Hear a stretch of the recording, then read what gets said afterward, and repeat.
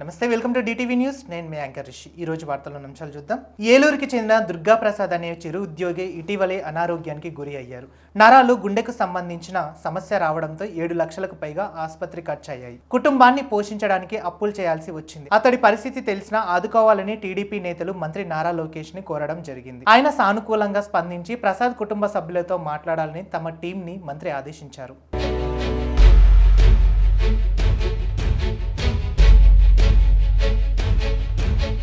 తెలంగాణలో ప్రస్తుతం finger print ద్వారా పెన్షన్లు అందజేస్తుండగా ఇకపై ఫేస్ రికగ్నిషన్ విధానాన్ని ప్రభుత్వం అమలు చేయనుంది. ఇందుకోసం సెర్చ్ ప్రత్యేక యాప్ రూపొందిస్తుంది. మే, జూన్ నుంచి దీనిని ప్రారంభించనుంది. వృద్ధులకు వేలుముద్రలు పడక ఇబ్బంది ఎదురవుతుండడంతో ఈ నిర్ణయం తీసుకున్నట్లు తెలుస్తుంది. వివిధ కేటగిరీలో రాష్ట్రంలో 42.96 లక్షల మంది పెన్షన్లు తీసుకుంటున్నారు. దివ్యాంగులకు నెలకు 4016, ఇతరులకు 2016 అందుతోంది.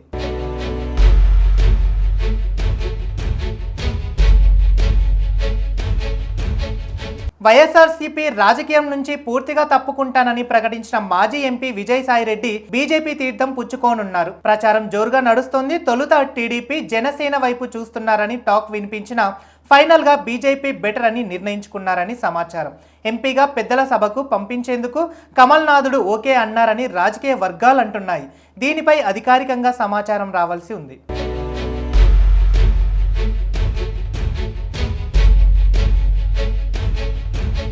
కంచగచ్చిబౌలిలోని 400 ఎకరాల భూముల వివాదం నేపథ్యంలో కేటీఆర్ ఈ రోజు ఉదయం తెలంగాణ భవన్ లో ప్రెస్ మీట్ నిర్వహించారు. ఈ సమావేశంలో ఆయన సంచలన నిర్ణయం తీసుకున్నారు. బీఆర్ఎస్ పార్టీ వర్గాలు వెల్లడించనున్నారు. ఈ సమావేశంలో ఆయన సంచలన నిర్ణయాలు తీసుకున్నారు. బీఆర్ఎస్ ప్రభుత్వం అధికారంలోకి రాగానే ఆ యూనివర్సిటీకి చెందిన 400 ఎకరాలు భూమిని తిరిగి స్వాధీనం చేసుకుంటానని ఆయన తెలిపారు.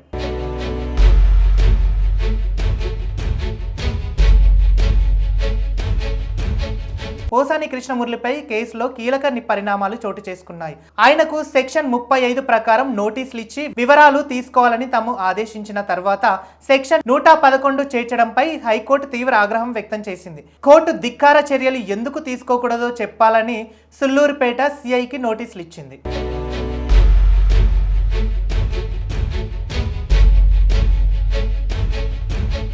కడప జిల్లా ఒంటిమిట్ట కోదండ రామస్వామికి పెన్నా సిమెంట్ అధినేత పి ప్రతాప్ రెడ్డి, రమేష్ రెడ్డి 3 స్వర్ణ కిరీటాలను బహుకరించారు.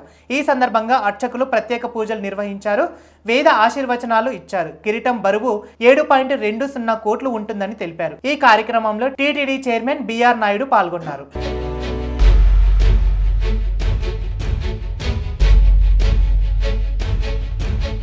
ఇక మరో అంశం చూస్తే మహాత్మా జ్యోతిరావు పులే 199వ జయంతిని పురస్కరించుకుని డిప్యూటీ సీఎం బట్టి విక్రమార్క హైదరాబాద్ ప్రజాభవన్లో నివాళులు అర్పించారు. ఈ సందర్భంగా ఆయన మాట్లాడుతూ పూలే బడుగు బలహీన వర్గాల ఆశాజ్యోతి, సంఘ సంస్కర్త, సమాజ మార్పుకు పాటుపడ్డ మహనీయుడిగా నిలిచారని, సమానత్వం, విద్యా హక్కుల కోసం ఆయన పోరాటం భవిష్యత్తు తరాలకు మార్గదర్శకమన్నారు.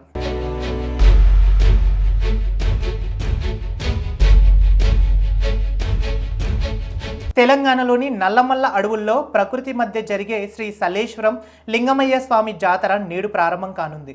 నాగర్ కర్నూలు జిల్లాలో జరిగే ఈ జాతరలో తెలుగు రాష్ట్రాల నుంచి పెద్ద సంఖ్యలో భక్తులు పాల్గొంటారు. స్వామివారిని దర్శించుకోవాలంటే భక్తులు 5 కిలోమీటర్ల మేరకు నడవాల్సి ఉంటుంది. జాతర సందర్భంగా భక్తులకు ఎలాంటి అసౌకర్యం లేకుండా ఏర్పాట్లు చేశామన్నారు అధికారులు.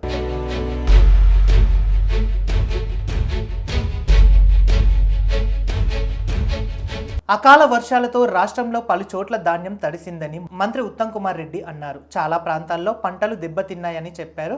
తడిసిన ధాన్యం కొనుగోళ్లకు చర్యలు తీసుకుంటామన్నారు. తరుగు తీస్తే కఠిన చర్యలు తప్పవని హెచ్చరించారు. రాష్ట్రంలో సన్న బియ్యం రేషన్ మంచి పథకమని బీజేపీ పాలిత రాష్ట్రంలో ఎందుకు ఇవ్వడం లేదని ఆయన ప్రశ్నించారు.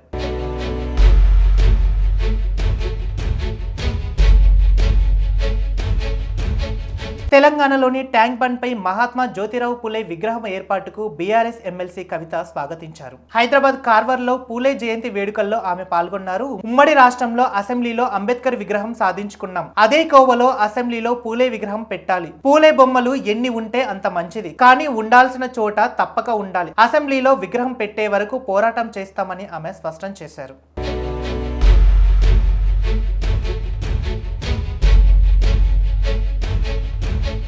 ఆంధ్రప్రదేశ్లో దేశంలో ఎక్కడ లేని విధంగా తాము పెన్షన్లు అందజేస్తున్నామని సీఎం చంద్రబాబు తెలిపారు. తల్లికి వందనం కింద అర్హులైన వారికి 15,000 అందిస్తున్నామన్నారు. మే నుంచి రైతులకు విడుదల వారీగా 20,000 ఇస్తామని స్పష్టం చేశారు. ఈ ఏడాది 1,00,000 మంది మహిళలను పారిశ్రామికవేత్తలుగా మార్చడమే లక్ష్యంగా పెట్టుకున్నానని ఆయన వివరించారు.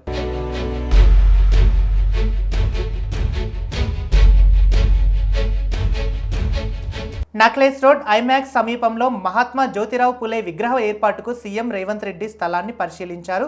ఈ సందర్భంగా డిప్యూటీ సీఎం బట్టి విక్రమార్క, టీపీసీసీ అధ్యక్షులు మహేష్ కుమార్ గౌడ్, ఎంపీ అనిల్ కుమార్ యాదవ్, మేయర్ విజయలక్ష్మి తదితరులు ఆయనతో కలిసి పాల్గొన్నారు. అధికారులకు పూర్తి స్థాయిలో ప్రణాళికతో నివేదిక సిద్ధం చేయాలని ఆదేశించారు. ట్రాఫిక్ సమస్యలు తలెత్తకుండా విగ్రహ ఏర్పాటు చేయాలని సీఎం ఆదేశించారు.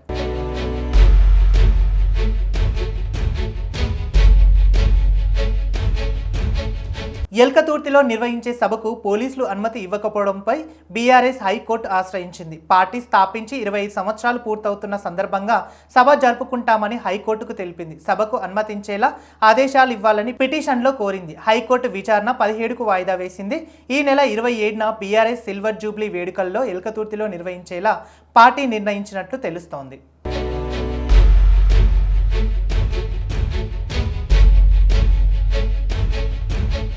సీఎంను మార్చాలని కాంగ్రెస్ హైకమాండ్ చూస్తుందని బీజేపీ ఎంపీ ధర్మపురి అరవింద్ సంచలన వ్యాఖ్యలు చేశారు. శ్రీధర్ బాబుకు సీఎం అయ్యే అర్హత ఉందన్నారు, కానీ ఆయనకు వసూలు చేయడం రాదని, అందుకే హైకమాండ్ వెనక్కి తగ్గుతుందని అరవింద్ ఎద్దేవా చేశారు.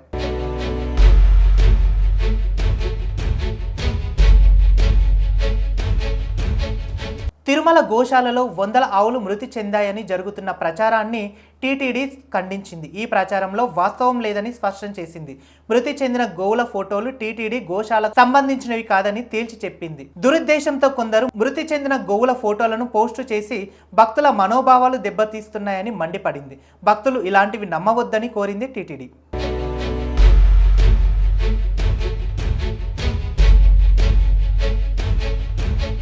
ఇక మరో అంశం చూస్తే, అకాల వర్షాల కారణంగా బీహార్లో 80 మంది మృతి చెందినట్లు ఆ రాష్ట్ర మంత్రి విజయ్ కుమార్ తెలిపారు. అకస్మాత్తుగా వచ్చిన భారీ వర్షాలు, పిడుగుల వల్ల ప్రాణాలు కోల్పోయాయని తెలిపారు. పంటకు అపార నష్టం కలిగిందన్నారు. ప్రభుత్వం సహాయక చర్యలు చేపట్టిందని, బాధితులను అన్ని విధాలుగా ఆదుకుంటామని పేర్కొన్నారు. మృతుల కుటుంబాలకు ఇప్పటికీ 4 లక్షల రూపాయల చొప్పున నష్టపరిహారం అందించామన్నారు.